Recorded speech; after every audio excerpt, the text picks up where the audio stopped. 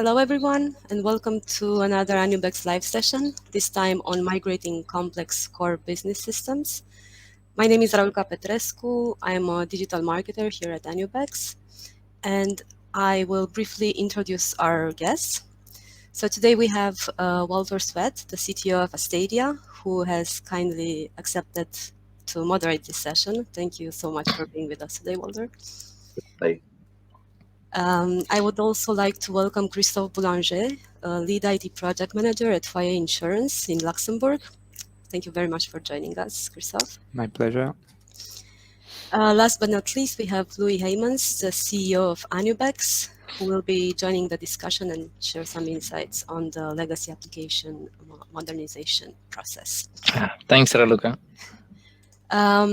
If you all have questions during the discussion, please leave them in the Q&A tab, in the Q&A box, and we will be happy to address them at the end. That being said, I think I will leave it to Walter. Thank you so much, Raluca. I really do appreciate it. And thank you all for taking the time out of your busy day to join us as we talk about a subject that's near and dear to all of our hearts. And that really is related to alternatives to the mainframe and things that you really need to consider when you look at those alternatives. So in terms of an agenda, what we're going to try to do today is spend a few moments talking about those considerations that from our joint 20 and 30 year and 40 years, sometimes history, we wanted to share ideas with you. And then we were going to ask Christophe to discuss a case study about insurance. And then we're going to take some time and just have kind of an open discussion where the three of us will just be chatting and talking about topics that we hope will be of interest to you. And as Raluca said, we'll have a Q&A at the end. So if you have questions, please be sure to share them. Now, I'm just going to take a moment or two here to talk about things that we feel at Astadia, and I think that Louis would agree from Anubex's viewpoint, are important. We recognize that there are no two mainframe environments the same, nor are there correct endpoints for everyone. Not everyone wants to follow the same solution path. So choosing that right migration approach first and foremost, we think is very, very important. And especially for financial organizations, we want to talk about some of the challenges and why modernization is important for them. I remember my very first mainframe migration project in 1994. I had no idea what I was getting myself into. It has gotten easier over the years. It's gotten better. But I've learned lessons with each and every one of these that I've had the opportunity to work on. And there will be changes to your environment. And knowing what to expect is very, very important. And one of the things that we like to share jointly with our customers as we work with them so that they know what they can expect. We also want to talk about what the best technical approach is to future-proof your business applications. And the keys to that really are minimizing risk and effort to ensure that you get the best return on investment, total cost of ownership with the least amount of risk. And finally, we want to talk about what's the shortest and safest way to modernize legacy business application, recognizing that there are so many parameters that go into a successful migration, and we just wanted to share a few moments talking about those. So with that, I'm going to take each one of these in turn, and we'll just spend a few moments talking about them. In terms of choosing the migration approach, as I mentioned, there is no one perfect solution for everybody. Some people say, I'm going to start from scratch. I'm going to completely rewrite my application. Or maybe I'm going to replace it with a COTS package, a custom off-the-shelf package. Maybe I just want to tweak it and continue to use it as it is today. We at Astadia have focused on replatforming over the years, where we move people to a lower cost platform, where there is minimal change to the applications. Classic languages stay as classic languages. Classic data like vSAM, for instance, in IBM mainframe migrations stay as vSAM. There's also refactoring, which Anubex excels at, where you have the ability to go through and alter your code and data. So COBOL could go to C# or Java. The real determining factor there is so often who's going to be working with those applications after the fact and what's important to them. If you're having problems keeping classic COBOL programmers, as an example again, refactoring is a great alternative because you can then gain access to a much wider staff who can work with your applications moving forward. If you don't have challenges in keeping classic developers and you want them to be able to continue doing things the way that they've done, then replatforming is imperative to consider. Now, in terms of potential modernization challenges, specifically for financial organizations, I'll give an example that I have seen over the last 4 or 5 years that really represents the biggest challenge, I feel. The classic brick and mortar financial institutions, whether they be banks or insurance companies, are in some cases being outpaced by newer organizations who don't have that tie back to the mainframe. These fintechs, as we call them, are able to utilize newer technologies. They can take advantage of changes and regulations that have to be adapted to more quickly. They can recognize what users want to do differently than they've done in the past. So being able to be agile is a real key, and especially for financial organizations now, where the industries have changed dramatically over the last 3 or 4 or 5 years. Being able to kind of turn on a dime is so very important. The biggest challenge I feel for companies in those industries is being stuck with doing what you've been doing and not being able to do anything else. In this case, you're either moving forward or you're falling behind. There is no staying still. In terms of what you can and I feel must change about your IT environment, I mentioned agility, and I'm going to talk about it a little bit more here. Being able to leverage concepts like DevOps, where you have automated testing, where you're able to do continuous integration and continuous deployment, all as part of that development process. That's part of both agility and responsiveness. The really neat thing about this is, as we talked about replatforming versus refactoring or even rewriting, you can still leverage concepts like ops, where you're able to take advantage of getting your developments team to work more quickly, more accurately, and be able to respond to business needs more quickly. We at Astadia have an initiative going on right now where we're looking at ways to improve performance, where you get processing nearest where it needs to be to where the users are and take advantage of that. So being able to adapt and change your IT environment to changing business needs is a core requirement of having a successful migration. Now, a question that's often asked of us is, how can organizations choose the best technical approach? Because they do want to future-proof their business applications. As I said before, you're either moving forward or falling behind. There is no standing still. So people have to be able to judge risk for the alternatives that they look at. They have to ensure that there is a consistent methodology and a consistent pattern for making changes. If you're doing a replatform or a refactor, you want to ensure that you have the adequate level of testing. And it's not testing to just say the program ran and it didn't blow up, so it must be right. You have to compare data. You have to be able to ensure that your user experiences are the same as people are moving forward.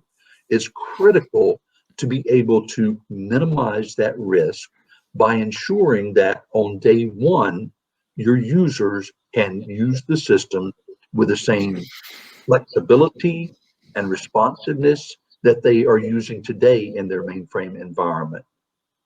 Um, we often say that we think it makes sense to consider um, the right environment for you. Some people say, I want to just completely go to a big bang approach. Some people want a phased approach to doing migrations. Understanding how easy or hard it is to move pieces of an application is part of the core development process where you're defining the order in which things will be done. Um, there are always going to be dependencies between application areas, two different application areas that share the same file, or a program in one application that uses a utility that's central to another application. You have to consider what the impacts are for moving pieces or doing a big bang, and ensuring that the testing is in place to work moving forward. And finally, looking at the shortest and safest way to modernize legacy business applications, we feel that it is extremely important to have a consistent migration methodology. Uh, at Astadia, we have a methodology that we call Ready. Anubex has their own methodology. The thing that is critical is that it is consistent and proven and followed to the T. Um, you have to account for doing the design work. You have to account for doing an assessment at the front end so that you really understand from where you're starting. You have to account for the fact that very few organizations can say, I'm going to draw a line in the sand right now as I start my migration effort, and I'm not going to make any changes to my applications moving forward during the time of the migration. That's not realistic. So you have to consider items like retrofits. How many retrofits will be done? How will they be tested? How will they be implemented? Can it be an automated process? So the safest way to ensure that those applications after migration work as they're supposed to, and that you meet the deadlines you're exploring, is to ensure that you have that proven migration methodology. As I started this, I said that my first migration, I had no clue what I was doing or what I was getting myself into. Over the years, I, like a lot of other people and many organizations, have developed that methodology that we know works. There's always going to be something new, but that's the fun of it. We learn something new and we get to address it and add that to the methodology as we go forward. So those were my points for what organizations might want to consider at a high level as they look at alternatives. And what I'd like to do now is to turn this over to Christoph and have him talk about an actual case study where he worked at Foyer Insurance, where they had to consider many of those topics. And I wanted to ask him to kind of share his experiences with you so that you could see what his real world experience was like. Christoph, if that's okay, then I'm going to turn it to you. Absolutely. Thank you, Walter. So thank you everybody to be here today. So I am Christophe Boulanger. I'm an IT project manager at Foyer Insurance in Luxembourg. So I'm here today to speak about how Foyer managed to migrate his entire mainframe workload to a brand new infrastructure. So to start this presentation, I will show you first the migrated scope. So here in Foyer, we had a heavy legacy built progressively during more than 25 years. This legacy was composed of course, programs, different languages like EGL, for example, which is an enterprise generation language, generating COBOL programs. We have over 7,000 EGL programs to migrate, over 3,500 native COBOL programs, more than 7,000 GTL scripts used for batch jobs. Also, we had 300 BMS maps. Maybe you don't know, but BMS maps are the front-end part for 3270 Kix application. And we had also GSF, GSP pages coming with the external applications connected to the mainframe through a CTG connection. CTG is Kix Transaction Gateway, which permits to application to connect to the mainframe. We had also some reg scripts and few assembler programs. So as you can see, there is a lot of different languages here. So it's a big challenge. And the first step is to determine which languages will be chosen during the migration. And of course, in this case, you cannot choose only one language for all. I will say that you need at least 3 different languages. One language for the front-end screens, 3270, for example, and web applications. At Foyer, we choose a JavaScript-based framework called Dojo. You need also a language for all the backend part. So we choose Java for several reasons. First of all, we choose Java because Java was already used for several applications here. And its syntax is pretty close to EGL. This leads to more efficient training courses for developers. They have less difficulties to learn a language like Java when they come from EGL. Also, you need language for scripts. So to replace a GCL script, we choose Bash language, which is a very native language on Linux systems. So it's interesting to choose Bash when you are running the platform on Linux system. Other companies prefer maybe Perl when they want to be agnostic from the platform, and if you want to choose a Windows server to run your workload. Here we choose Bash because it's fully integrated with Linux system, as I say, and also Perl needed more training for our developers.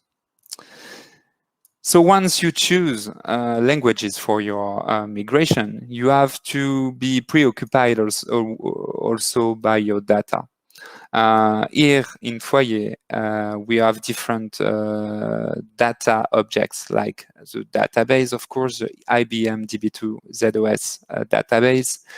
We had VESAM files, which are sequential files. DL2 as well, which is an older way to access data in database, and over 15,000 data files, binary and text files.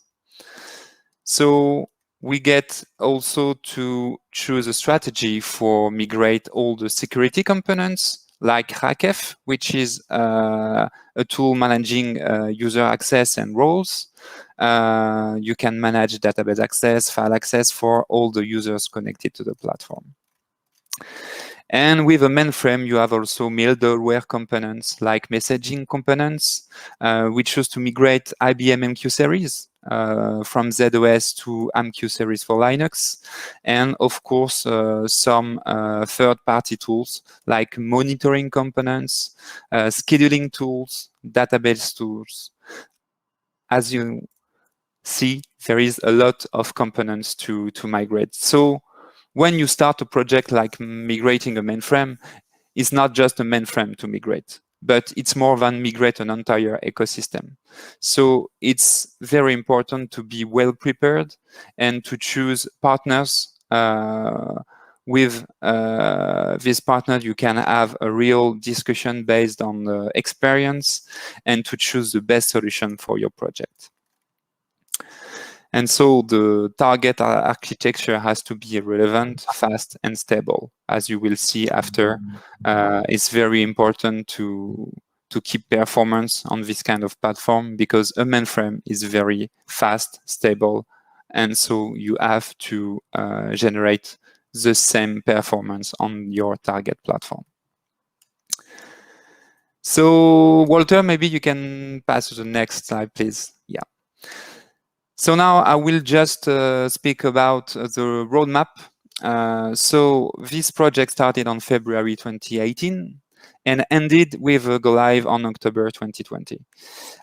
So 2.5 years to build, test, and migrate the entire workload, the data, to the target architecture.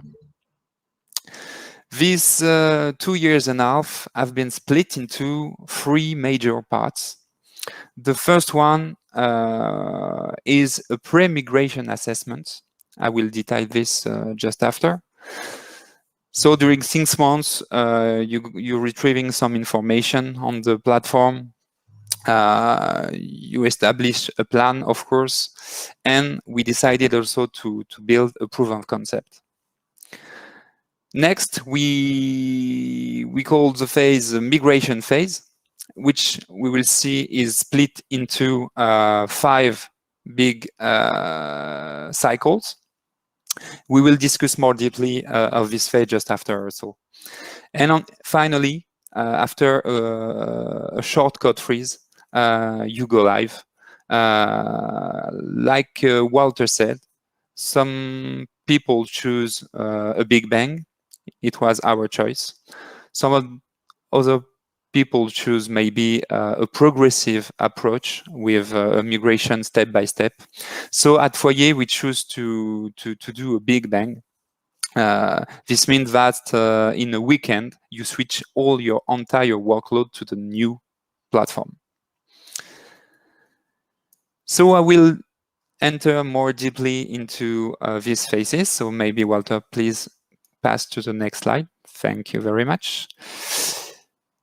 So first of all, if I have to give an advice for people who will engage this kind of project, I will say to them that the key in this kind of project is the automation.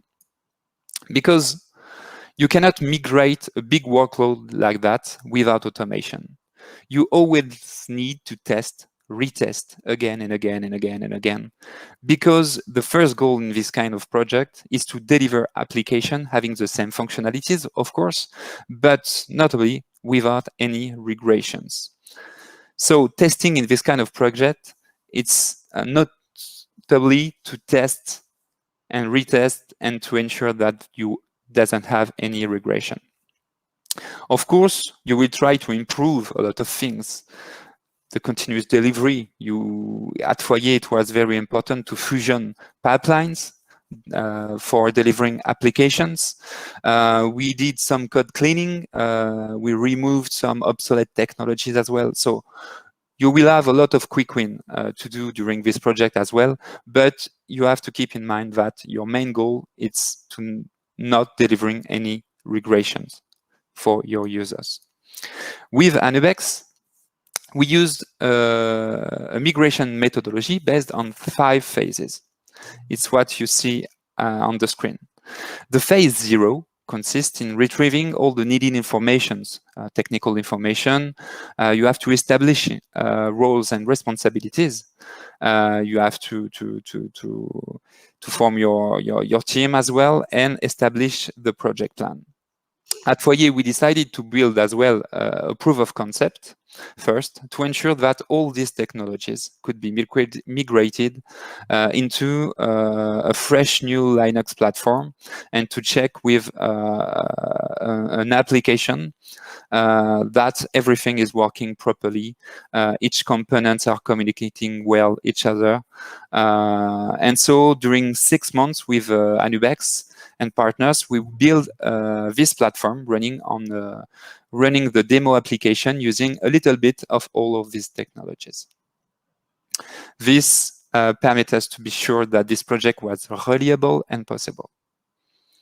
So after that, the phase 1, called factory certification, consists in parameterize the migration factory.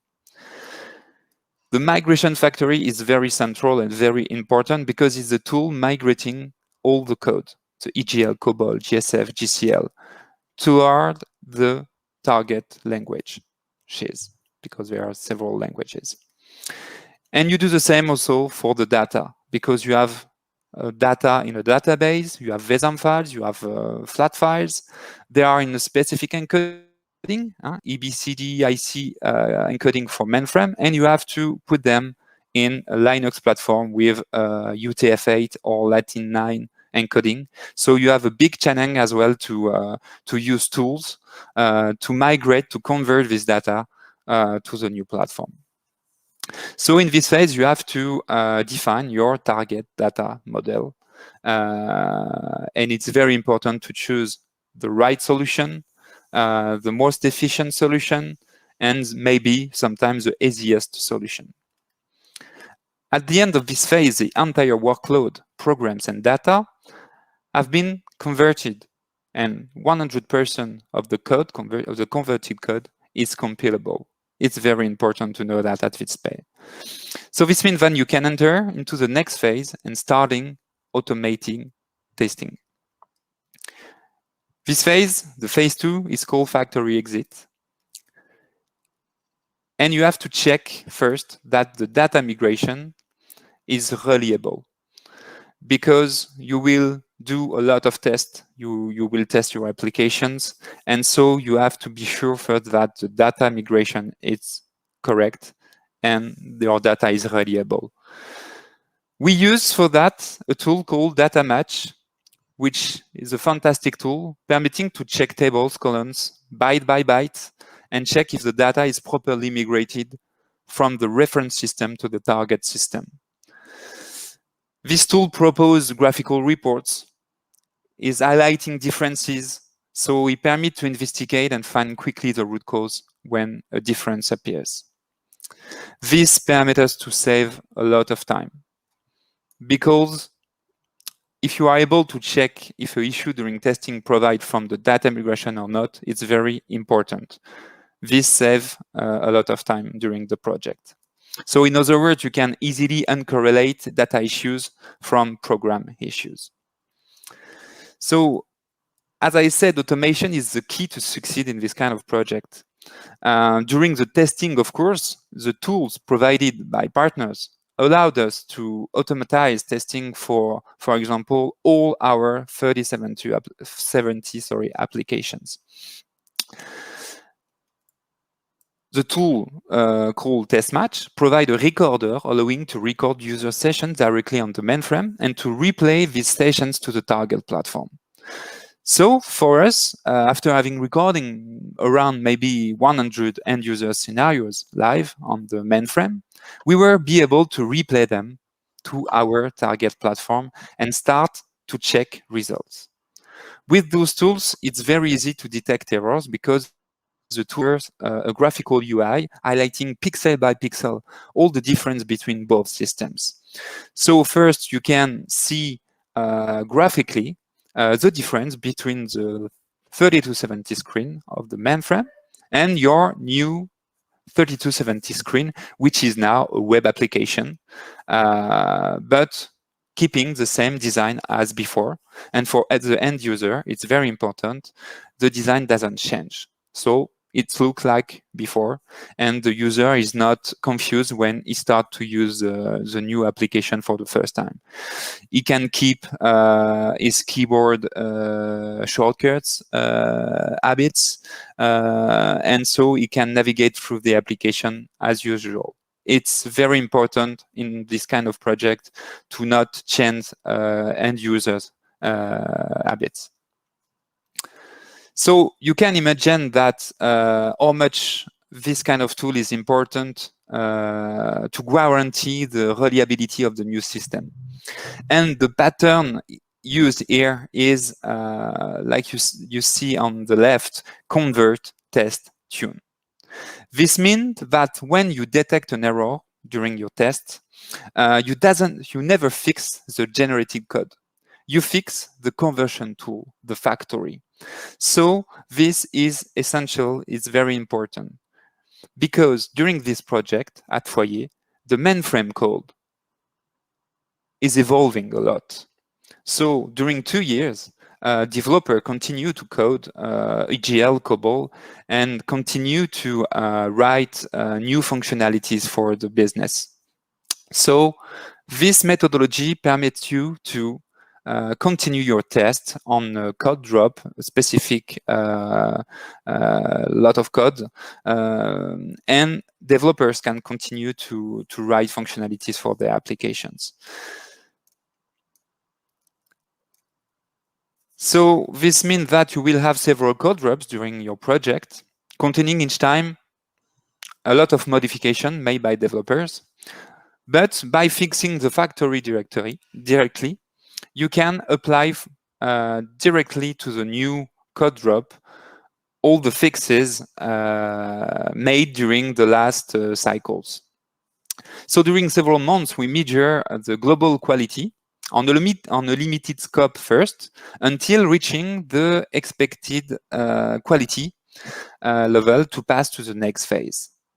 And the next phase, the phase 3, called system integration test, is basically the same as the previous phase, except that now you have a factory with no more issues in it. So you fixed the main part, the major part of issues encountered until this point.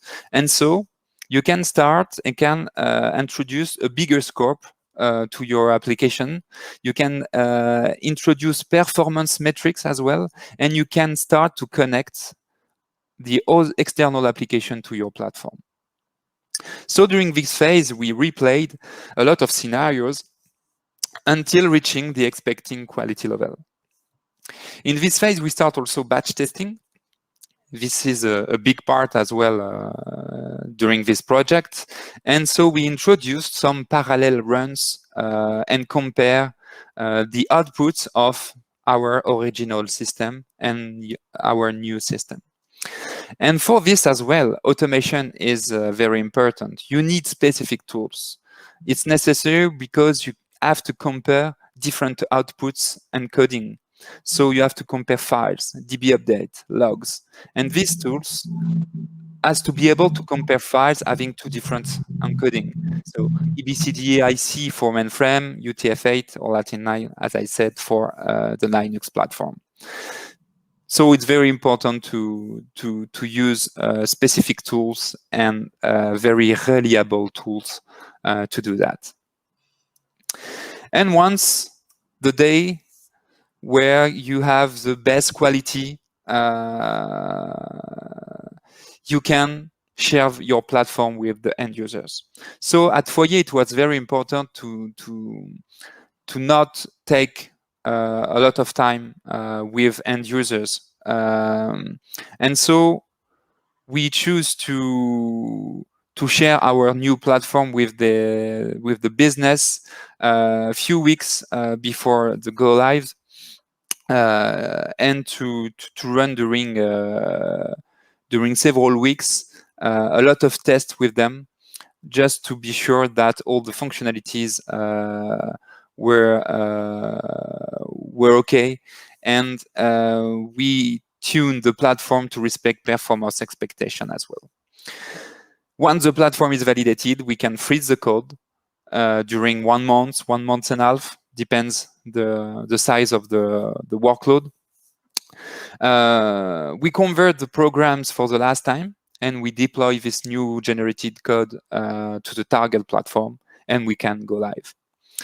So in 1 weekend, you have to migrate all the data, which is fully automated with a tool. So once again, it's very important.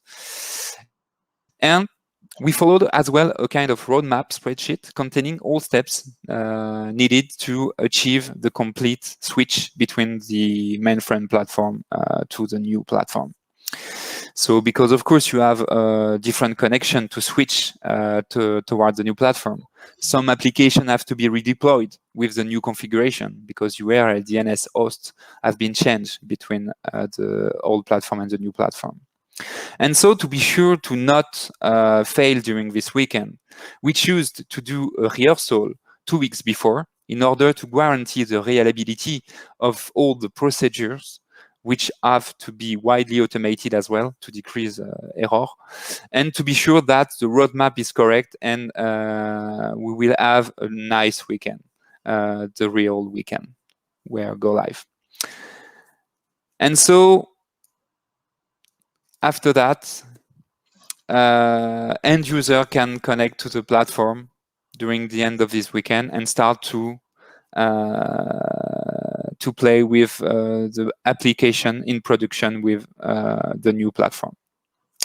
And that is the end of my case study here.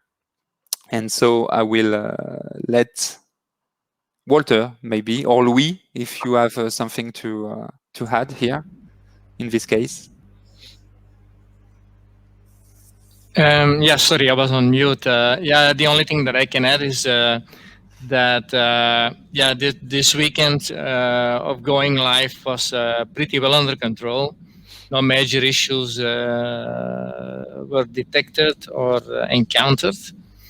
And also important is that the weeks and the months after the migration that you were running, well, I take maybe your answers, but the platform is pretty stable and performing as expected. Okay. Absolutely. So, and yeah, well, what should I add? You explained everything, so I don't have to add a lot of things, Christophe. What you said was how it happened. So, of course, during such a project, there are times that you have to solve problems, but that is what we are used to do since many years. So, and I have to add that with Foyer, we had a perfect customer. They were up to the job and they were committed to bring this to a success. And of course, yeah, Christophe, project manager, is very important in such a project. So thanks to you as well, of course. Yeah, it's the same for Anubex, which very good project manager as well. Okay. Tony was he did a great job as well. Okay. Of course. Thanks. Yeah, and so with 3 slides, it's very difficult to discuss about all the difficulties because there are a lot of difficulties. Sure. So during 2.5 years, I will say that you need to build a team spirit because people working on this kind of project have to be performant, of course, but also ready to have a big challenge. So it's very important to onboard the right peoples and to work with the good partner. It was the case here with my team and with Anubex. Of course, we did a great job here. So thank you again, Louis. It sounds like it was a true partnership. Oh yeah, absolutely. Yeah. Throughout the project, yeah. It's one team. Important to have that. It's one team, yeah. One team of experts, yeah. Well, with that, I think I'd like to suggest that I'd just like to have an open discussion, a forum now, where the 3 of us get to, go over some areas. I would like to ask both of you some questions based on your experiences and in general, because I think that this could be really helpful for the audience and interesting for them. Christophe, I'll start with you if you don't mind. So, what were the overall main objectives of the migration? Cost savings or flexibility? Was there one driving point that caused Foyer to undergo this migration? First of all, what we wanted first is to replace all those technologies. So you know that COBOL, EGL, GCL, even if a lot of companies run this kind of languages, it's very difficult now to find developers having knowledge on these languages, and so we wanted to unify and to fusion languages inside our workload. So we have at Foyer not so much languages. We have Java, Scala, and Angular for the front-end part. And the idea was to unify, to fusion all the pipelines, the languages, to have a kind of unique way to deliver applications. So all the continuous delivery as well have been fusion with the existing tool, Jenkins, GitHub. All these tools are now working together. The new application, the old application, the 30 to 70 apps are now running on Jenkins, GitHub pipelines. So before that, we have a monthly release for this application. It was slow. It was sometimes difficult to be reactive in front of the business to deliver new functionalities. And so time to market was really the main objective running this project. And so to achieve that, and to choose the right partner as well, it was to find a partner who can bring a lot of automation in this project. Because as I said, we continue to deliver code on COBOL EGL during this project. So you have to deliver new functionalities while you are migrating the workload. So this was very important for us to not freeze the business during 2 years. And so Anubex helped us a lot with his methodology and this migration approach. And we maintained the functionalities, and the developers deliver new functionality during all the projects. So this was the main objective. Perfect. Thank you so much.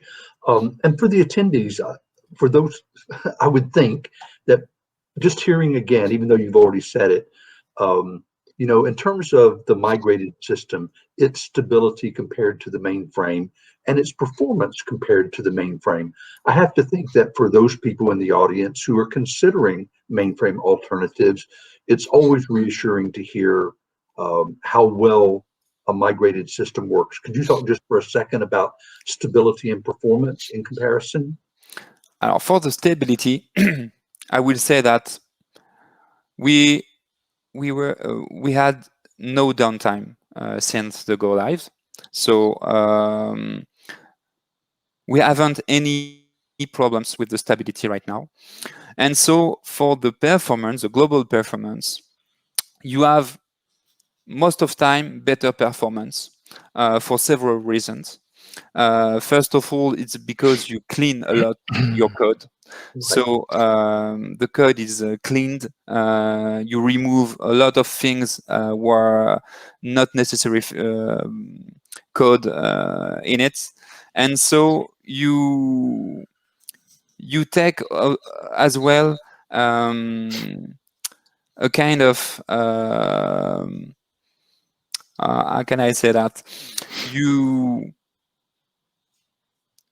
without rewriting, you manage to clean the code to run as you wanted at first. So like this, you can eliminate a lot of problems, of waste of time during execution. You remove a lot of steps because when you read the code, because in fact, in this kind of project, you read the entire code because you have to run everything, you have to test everything. And so with automation tools, you can analyze. Anubex can export some reports on dead code, for example, and you can eliminate this code easily. So most of time you have better performance. And for some cases you have to tune, to tweak the platform. Yeah. You have to rewrite a bit some parts to be more native.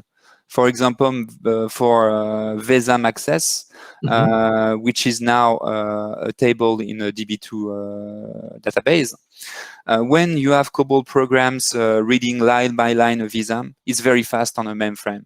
But on the target architecture, when you have to read row by row a table with 10 millions of rows, it's very slow. So in this case, you have to rewrite, to rethink the way how the program is running.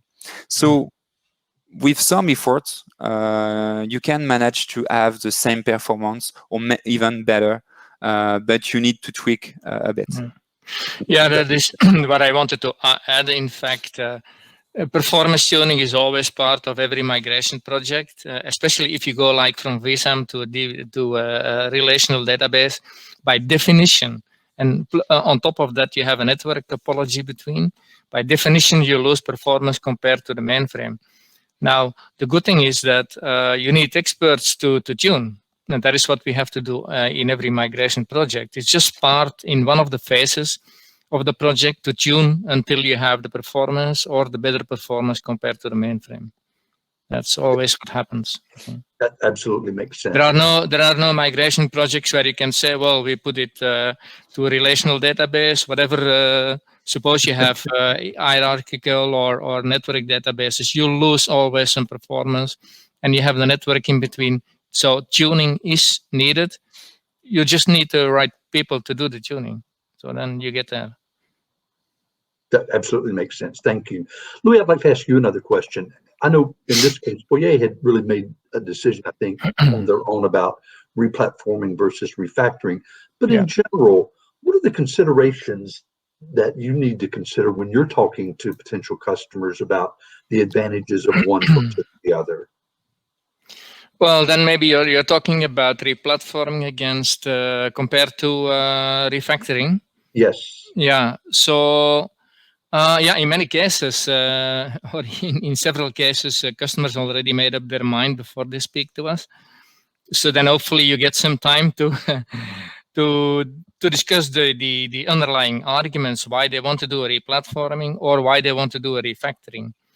So in certain cases, replatforming is the good choice. Suppose that if you have a mainframe like the mainframe of Foyer, and suppose you need to move off that mainframe in 12 months' time, then what we did will not work. It will take more time what we did refactoring. Okay. So then maybe replatforming is a good choice. Also, you can maybe encounter customers that have a business solution that is hardly maintained anymore. It's serving the business, but the code is hardly touched. Yeah. Then I suppose that replatforming is a good choice. Okay. But what all of those things make sense. Yeah, but more and more the last years, what we see is that people want to refactor for several reasons, and one of the reasons was already mentioned by Christophe. There's a lot of developers disappearing that still can develop COBOL or EGL, and in fact, in the case of Christophe, one of their main EGL experts left during the project, retired during the project. Okay. And of course, refactoring provides other advantages. You have more cloud options, and what we say is it's your one of your first steps for companies if you want to go the digitalization route. So their refactoring is more obvious to do this above replatforming. Makes sense. Thank you. Christophe, quick question for you. For your existing staff, whether they're COBOL programmers or EGL programmers, have they been able to adapt to the migrated system easily? Yes, absolutely. So one of the advantage of the automated conversion, is that with Anubex we work to be close as possible to the original code. So the generated code is very close to the COBOL language, for example, and developers with some training, maybe 1 month, 2 months, are able to maintain and to rewrite some codes in Java directly. At Foyer, we spent around 1 year to train developers on this technology. All along this process, we ask Anubex as well to improve not the quality, but some syntax. So for example, because developer wanted more comments or more explanation in the code, so you can ask to the factory to generate different in a different manner the code. To fit the developer expectations. So what we do usually in a very early stage, we will confront the COBOL developers with the new code, and then they can give comments so that we can tweak or configure the tools so that we can respond to their wishes and maybe for some getting closer to what they are used to see. For some others to really get real Java code. So, well, of course, it's always real Java code, but more like a greenfield development, I would say. Okay, so in general, if we try to involve the developers in a very early stage, so that we can, counter is maybe not the right word, but try to listen to their wishes, so that that we get them into the project, and that we don't have problems with people not wanting to develop C# or Java. Now, of course, in some cases there are so many COBOL developers. It was not the case in Foyer. So what we developed in the meantime is a tool where COBOL developers can still develop COBOL. You don't need a COBOL compiler, but they can develop COBOL in an IDE that is based on Microsoft Visual Studio Code. And we added some plugins there that allows you to just develop code, COBOL code, to also debug in COBOL, in a COBOL interface, but in fact you run Java or C#. Okay, so for those COBOL developers who really want to stick to COBOL, they can continue to develop COBOL, although you will run Java or C#. What a great flexibility that has to be for them. Yeah. And I know we're running short on time, but I do have one more question I'd like to ask both of you. I want to try to leave some time for Q&A at the end. But I'll ask first Christophe and then Louis. If you had to do the project again, is there anything that you would change?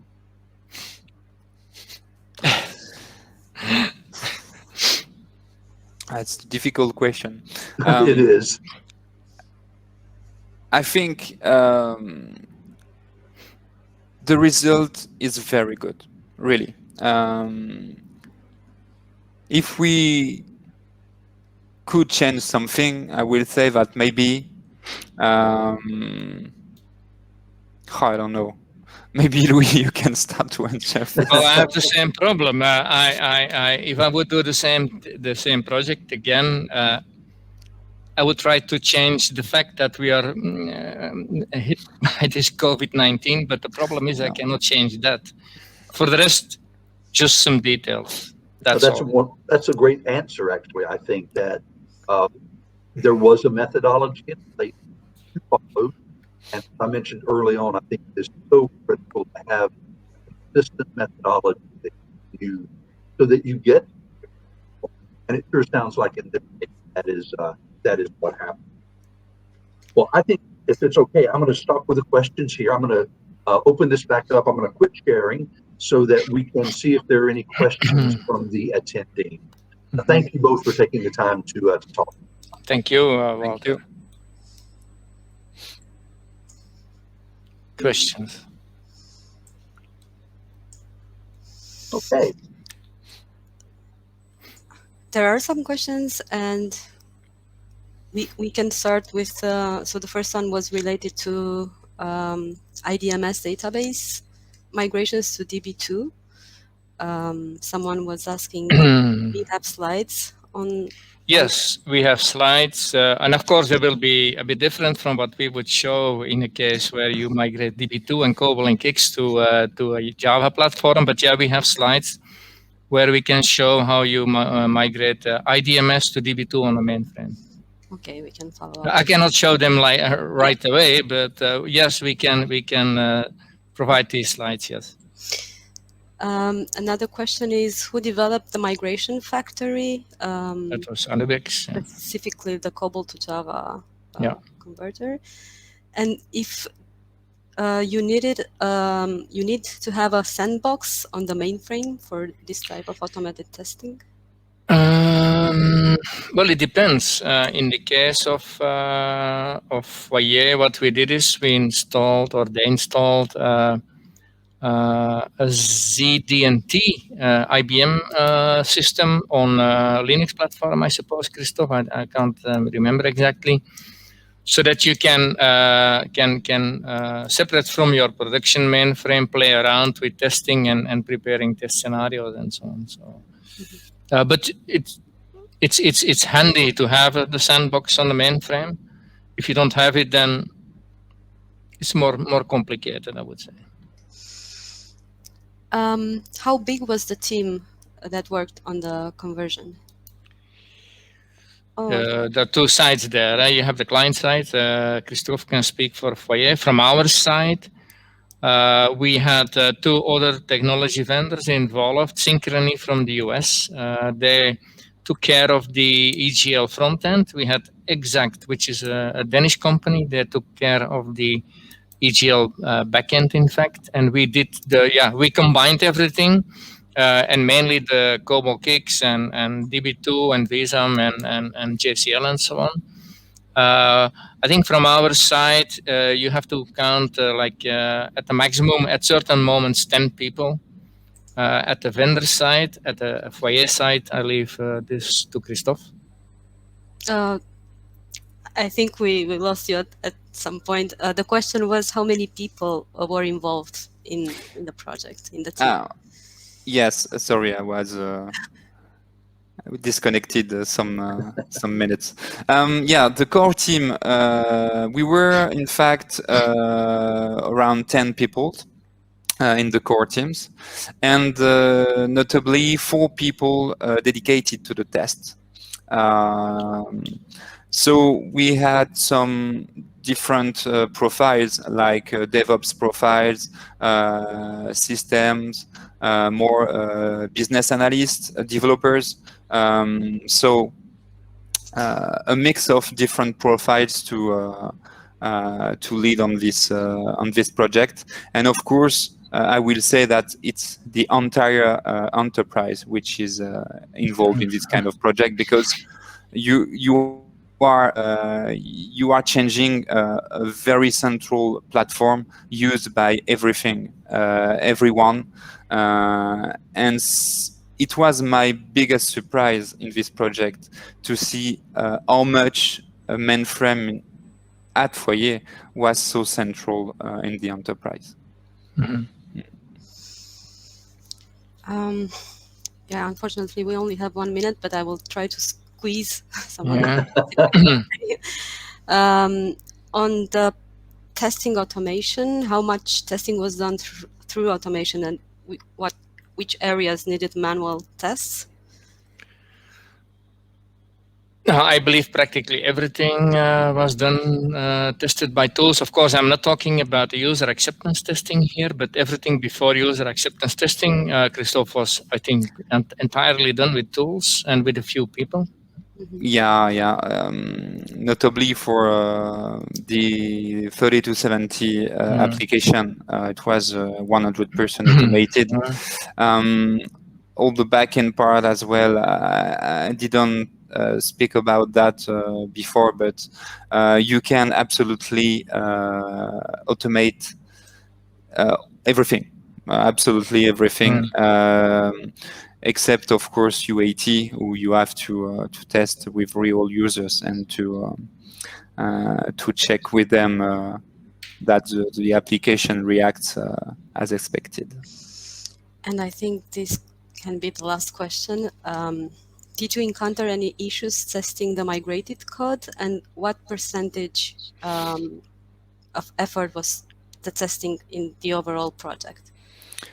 After it goes live, or because I think during the project you have, I don't know, Anubex, if you know, Louis, the number of problems Well, the encountered, thing but, is, there's not many people involved in the testing. I mean, you just run test match who just has captured the activity on the mainframe and then will execute the same thing on the target platform, compare both things, and then, of course, if there are issues, it will be shown by test match.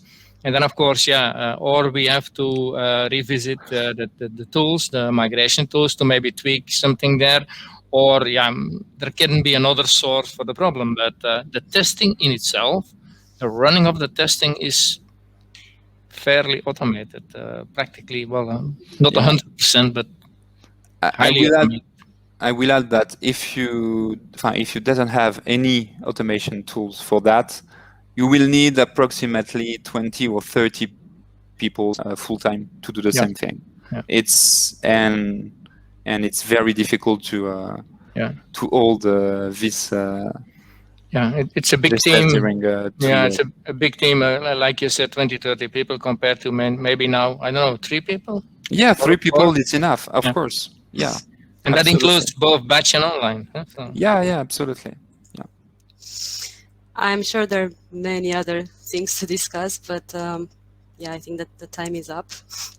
So I will thank you all for being here and for having this very interesting discussion. Thank you, Walter, for moderating. Thank you, Christoph, for the presentation. Thank you, Louis.